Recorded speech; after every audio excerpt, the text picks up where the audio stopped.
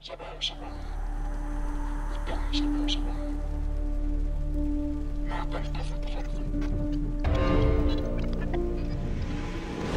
طرق بتفتح على أماكن مش لازم حد يوصل لها، وفي طرق الناس بتختفي فيها مش عشان حادثة، لأ، عشان هما اللي كانوا مستنيينهم.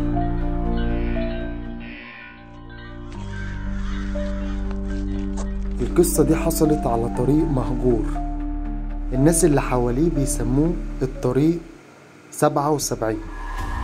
الطريق اللي اتبنى من سنين طويلة واتقفل بعدها بمدة قصيرة بسبب هواية الأرض. حفرة ضخمة بتفتح مرة واحدة كل كام سنة وتبلع كل شيء فوقها.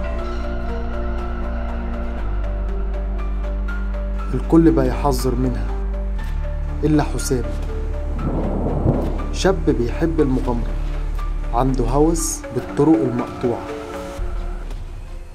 بيقول عن نفسه: أنا مش مؤمن بالخرافات، ولو الطريق ده ليه نهاية يبقى أنا أول واحد يوصل لها. في ليلة مظلمة الدنيا بتمطر بغزارة، قرر حسام يعدي من هناك.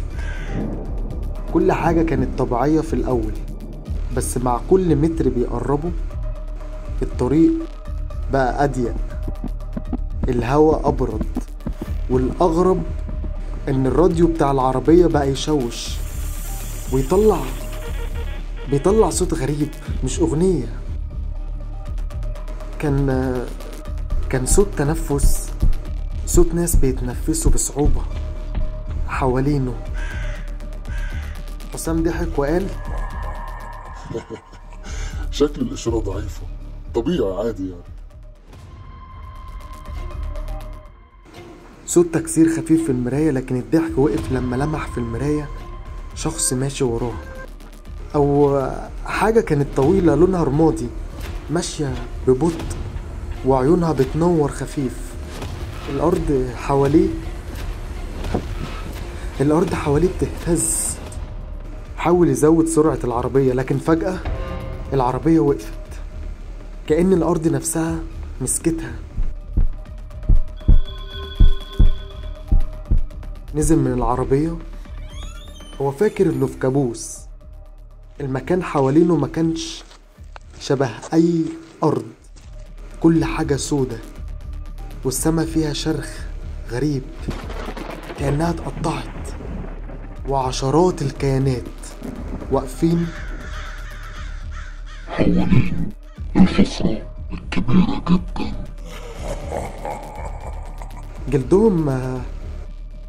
جلدهم رمادي، عيونهم واسعة.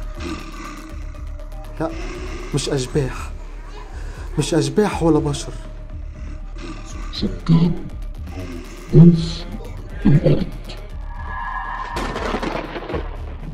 حسام حاول يهرب، لكن واحد منهم وقف قدامه وقال له بلغة واضحة، صوت تقيل مخيف هادي: انت اللي فتحت الباب، واحنا دخلنا، مش هتنزلوا تاني. من يومها حسام اختفى.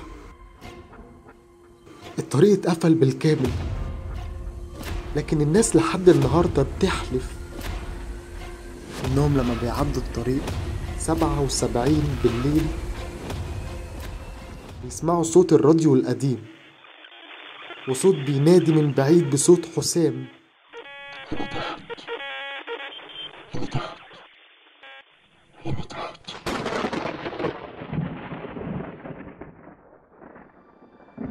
لو لقيت نفسك على طريق مظلم